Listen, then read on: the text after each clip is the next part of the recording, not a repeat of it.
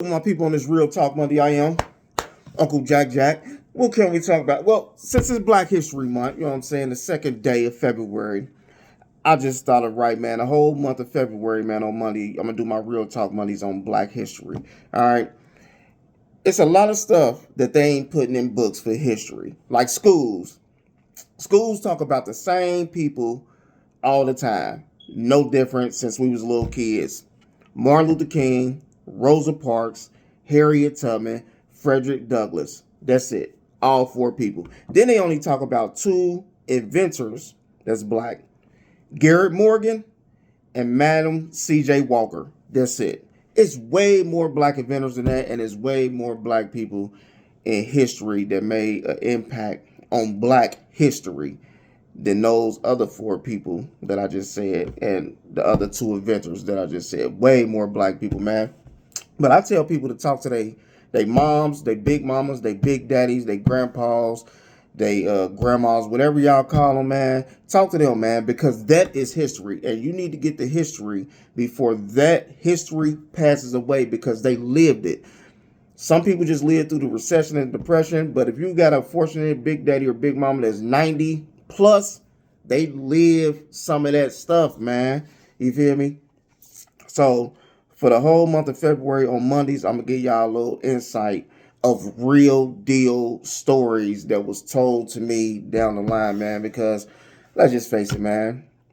I like to start off by saying like probably 75% of my family is white. You know what I'm saying? 75% of my family is white, man. We got a lot of hybrids. If you don't know what hybrids is, it's biracial, mixed, black and white. You know what I'm saying? My mom, mixture. My uncles is mixture.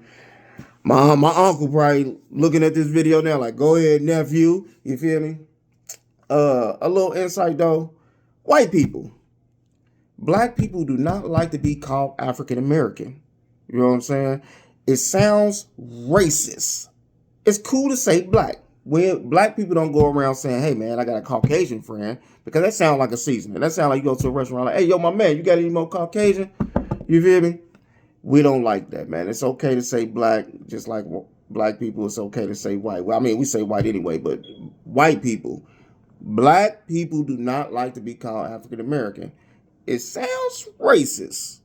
You know what I'm saying? It's almost like when you say something and a white person say, I'm not racist, I got a black friend. That sounds racist because you don't have to tell us you have a black friend. But with that being the case, man, I'm going to give y'all 3 stories, real life stories, every Monday, man.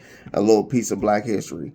When black people was able to vote, I think it was like 1870 or something like that, we fast forwarded. So when black people was able to vote, now they voting in lines, white people would come to them with a bar of marbles and say, hey, N-word, you want to vote? If you want to vote, tell me how many marbles is in this jar. Well, how somebody is going to tell you how many marbles is in a jar if they can't open up the jar to count the marbles? And then another group of white people would say, hey, if you want to vote, read this to me right here.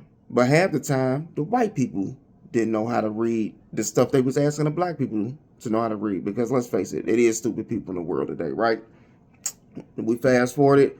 Schools had swimming pools back in the day. So when they got segregated, schools had swimming pools. You know what I mean?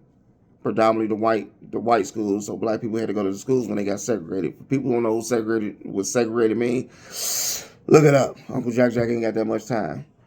White people was able to go swimming. Black people weren't able to get in the water. They was able to clean the water so the white kids can go swimming, but they wasn't able to get in the pool at all. Fun fact, my mom used to go to Coney Island once a year. That's it. Once a year. Yes, the Coney Island that's in Ohio. That's currently closed down. Black people wasn't allowed to get in the pool at that time when my mom was going. She can't remember the year, but when Coney Island finally said black people was able to get in the pool, my mom and her cousin was one of the first group of black kids to get in the pool. She said when they got in the pool, all the white people got out. That's black history. If you want to know real black history, not something that's in a book, not something that they telling you, ask your mama, ask your big mama, ask your big daddy, because it's history in these brains, man, because they lived through it. Stay tuned every Monday, man. Uncle Jack Jack gonna give y'all a little piece of world history. Yes, sir. So if y'all decide to go out on this cold money, because I know some of y'all alcoholics, remember, make it back home safe to you people. The argument ain't worth your life. And tell those kids Uncle Jack Jack said, what's happening?